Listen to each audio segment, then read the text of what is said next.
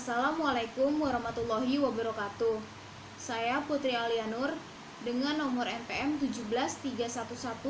173112330050094. Maksud dan tujuan video ini saya buat yaitu untuk memenuhi tugas akhir atau ujian akhir semester mata kuliah Hukum Pers. Dalam video kali ini saya akan membahas tentang topik yang saya pilih, yaitu Undang-Undang Penyiaran dan Pedoman Perilaku Penyiaran.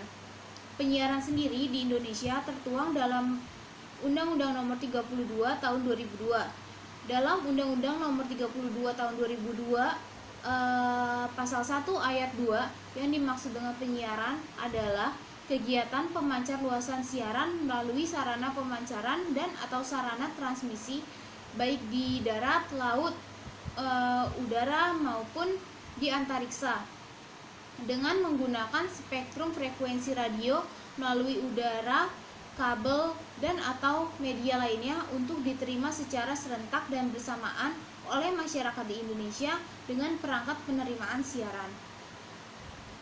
Tentunya penyiaran diselenggarakan dengan maksud dan tujuan.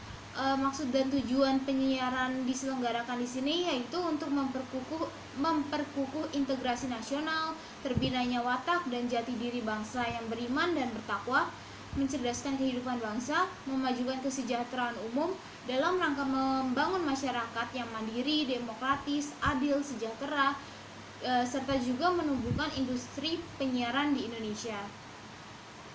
Pasal 4 Undang-Undang Nomor 32 Tahun 2002 membahas tentang penyiaran sebagai kegiatan komunikasi massa mempunyai fungsi, yaitu fungsi dalam pasal 4 Undang-Undang Nomor 32 Tahun 2002 di sini yaitu sebagai media informasi, media pendidikan, media hiburan yang sehat, serta juga media kontrol sosial, perekat sosial.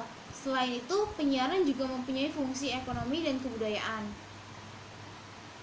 Membahas tentang penyiaran tak luput juga dengan media. Media merupakan sumber kekuatan, alat kontrol, manajemen, dan inovasi dalam masyarakat yang dapat didayagunakan sebagai pengganti sumber daya lainnya. Media merupakan forum yang semakin berperan untuk menampilkan peristiwa-peristiwa kehidupan masyarakat, baik bertaraf nasional maupun yang bertaraf internasional. Media berperan sebagai wahana pengembangan kebudayaan, bukan saja dalam pengertian pengembangan bentuk seni dan simbol, tetapi juga dalam pengertian pengembangan tata cara, mode, gaya hidup masyarakat, dan norma-norma masyarakat yang ada di Indonesia. Media penyiaran terdiri atas radio dan televisi. Penyiaran yang dimaksud dengan penyiaran radio adalah media komunikasi massa yang melalui pendengaran, yang menyalurkan gagasan dan informasi dalam bentuk suara secara umum dan terbuka, berupa program yang teratur dan berkesinambungan.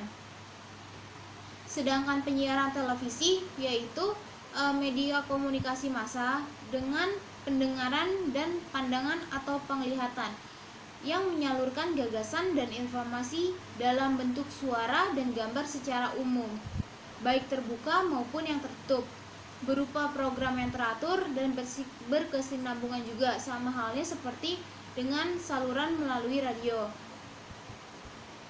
Tentunya di dalam Undang-Undang Nomor 32 Tahun 2002 masih banyak permasalahan yang terdapat dalam penyiaran, baik permasalahan yang sudah ada maupun sebelum undang-undang tersebut disahkan.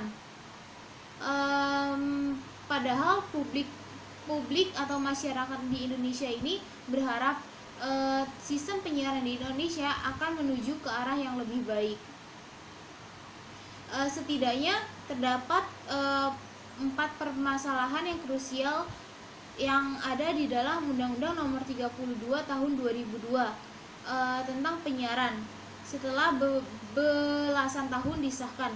Hal ini yang menyebabkan tersendatnya cita-cita demokratisasi penyiaran di Indonesia.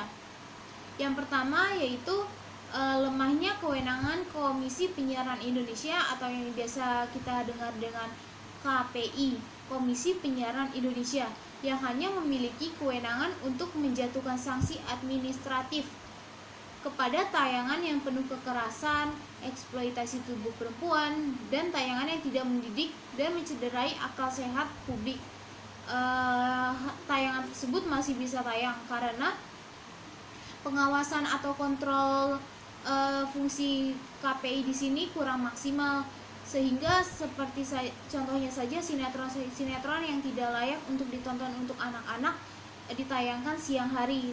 Sebaiknya sinetron itu harus melalui tahap-tahap sensor yang harus layak tayang, serta tayangan tersebut mendidik untuk masyarakat Indonesia yang masuk akal, yang dapat diterima masyarakat Indonesia. Fungsi KPI sebagai regulator penyiaran terhadap hal ini kurang maksimal. Mungkin perlu ditingkatkan lagi agar tayangan-tayangan yang ada di televisi ini akan semakin mendidik untuk masyarakat Indonesia. Yang kedua yaitu tidak terlaksananya sistem stasiun jaringan. Demokratisasi penyiaran berarti sebuah antonim dari kata sentralisasi penyiaran. Faktanya, tayangan televisi hanya berkutat pada permasalahan yang ada di ibu kota saja, sedangkan yang di luar ibu kota itu kurang ada attention yang lebih terhadap penyiaran yang ditayangkan di televisi yang setiap hari kita lihat.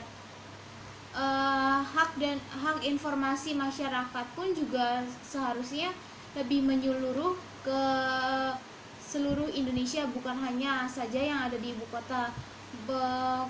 Contohnya saja yang ada di pelosok-pelosok yang tidak kita tahu seharusnya juga bisa diinformasikan ke khalayak umum atau masyarakat Indonesia. Yang ketiga, perbaikan atas undang-undang penyiaran pun telah lama digaungkan. Draft revisi pun sudah diselenggarakan kepada DPR untuk segera dibahas, namun tidak ada berkelanjutan pembahasan dari DPR, sehingga revisinya pun stuck di tengah jalan. Yang keempat, dalam draft RUU penyiaran revisi DPR ternyata terdapat beberapa kecacatan. Setidaknya ada 5 kesalahan fatal dalam draft revisi DPR. Yang pertama yaitu hilangnya pasal pembatasan atas kepemilikan perusahaan media. Yang kedua, karya jurnalistik akan menjadi target sensor. Yang ketiga, meningkatnya alokasi waktu iklan komersial dan menurunnya alokasi waktu untuk iklan layanan masyarakat. Yang keempat, Dewan Pers tidak diikutsertakan dalam penyelesaian sengketa jurnalistik. Yang kelima, hilangnya pasal tentang pemidanaan. Yang selanjutnya yang saya akan bahas di sini yaitu tentang pedoman perilaku penyiaran. Apa itu pedoman perilaku penyiaran? Yaitu pedoman perilaku penyiaran adalah ketentuan-ketentuan bagi lembaga penyiaran yang ditetapkan oleh Komisi Penyiaran Indonesia atau KPI sebagai panduan tentang batasan perilaku penyelenggaraan penyiaran dan pengawasan penyiaran nasional. Secara umum, pedoman perilaku penyiaran dan standar program siaran atau P3SPS diterbitkan didasarkan pada kewajiban negara dalam melindungi hak warga negara untuk mendapatkan informasi yang tepat, akurat, dan bertanggung jawab, dan juga hiburan yang sehat. Komisi Penyiaran Indonesia sebagai lembaga yang menerbitkan peraturan tersebut harus terus melakukan sosialisasi, sehingga lembaga yang menerbitkan peraturan tersebut harus terus melakukan sosialisasi sehingga masyarakat bisa paham akan siaran atau tayangan-tayangan acara yang baik dan sehat.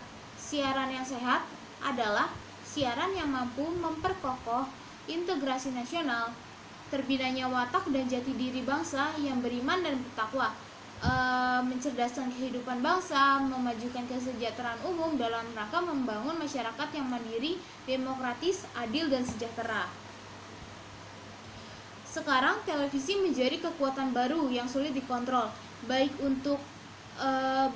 itu oleh pemerintah maupun lembaga yang diberi wewenang untuk itu, yakni Komisi Penyiaran Indonesia atau KPI, sehingga fungsi lembaga penyiaran dalam hal mendidik masyarakat dan memberdayakan kaum rentan seperti anak-anak atau yang masih di bawah umur, termasuk juga remaja, masih sangat kurang.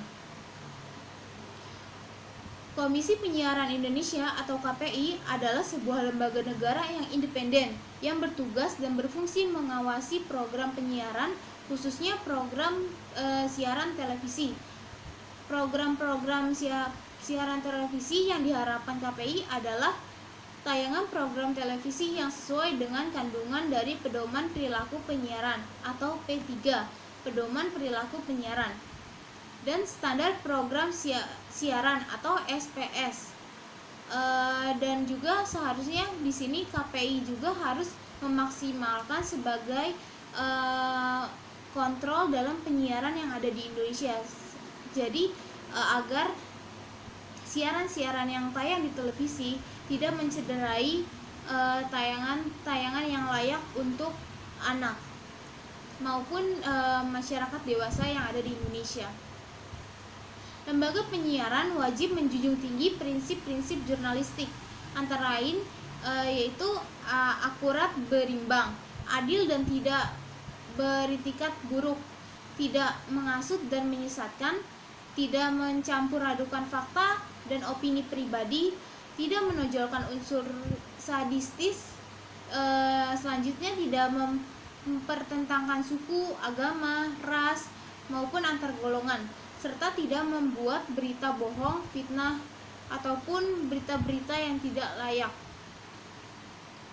Selanjutnya, Komisi Penyiaran Indonesia atau KPI menetapkan Pedoman Perilaku Penyiaran P3 dan Standar Program Siaran SPS sebagai penjabaran Undang-Undang Penyiaran. P3 diatur dalam Peraturan KPI Nomor 2 Tahun 2007 dan SPS atau Standar Program Siaran diatur dalam KPI Nomor 3 Tahun 2007. Pedoman Perilaku Penyiaran atau P3 adalah ketentuan-ketentuan bagi lembaga penyiaran yang ditetapkan oleh Komisi Penyiaran Indonesia untuk menyelenggarakan dan mengawasi sistem penyiaran nasional Indonesia. Pedoman ini merupakan panduan tentang batasan-batasan apa yang boleh atau apa yang tidak boleh dalam pembuatan program siaran. Prinsip yang termuat dalam P3 ini atau perilaku penyiaran antara lain adalah yang pertama, penghormatan terhadap suku, agama, ras, dan antar golongan. Yang kedua, penghormatan terhadap norma kesopanan dan kesusilaan. Yang ketiga, perlindungan terhadap anak-anak dan perempuan. Serta yang keempat, yaitu pelanggaran dan pembatasan program dengan seksual, kekerasan, maupun sadisme. Standar Program Siaran atau SPS adalah ketentuan yang ditetapkan oleh Komisi Penyiaran Indonesia bagi lembaga penyiaran untuk menghasilkan program siaran yang berkualitas sesuai dengan peraturan undang-undang yang berlaku. SPS merupakan panduan tentang batasan-batasan apa yang boleh dan apa yang tidak boleh penayangannya dalam program penyiaran. Dalam SPS dia diatur antara lain yang pertama, penghormatan pada suku, agama, ras maupun golongan, atau yang sudah saya sebutkan tadi. Sama saja dengan yang saya sebutkan tadi tentang penghormatan pada suku, agama, ras maupun antar golongan. Yang selanjutnya kesopanan dan kesusilaan. Yang ketiga, pelanggaran dan pembatasan program siaran seks. Serta yang keempat, pelanggaran dan pembatasan program siaran kekerasan dan kejahatan. Itulah yang diatur dalam standar program siaran atau SPS. Sekian penjelasan tentang video ini tentang Undang-Undang Penyiaran dan Pedoman Perilaku Penyiaran. Kurang lebihnya mohon maaf. Billahi taufiq wal hidayah. Wassalamualaikum warahmatullahi wabarakatuh.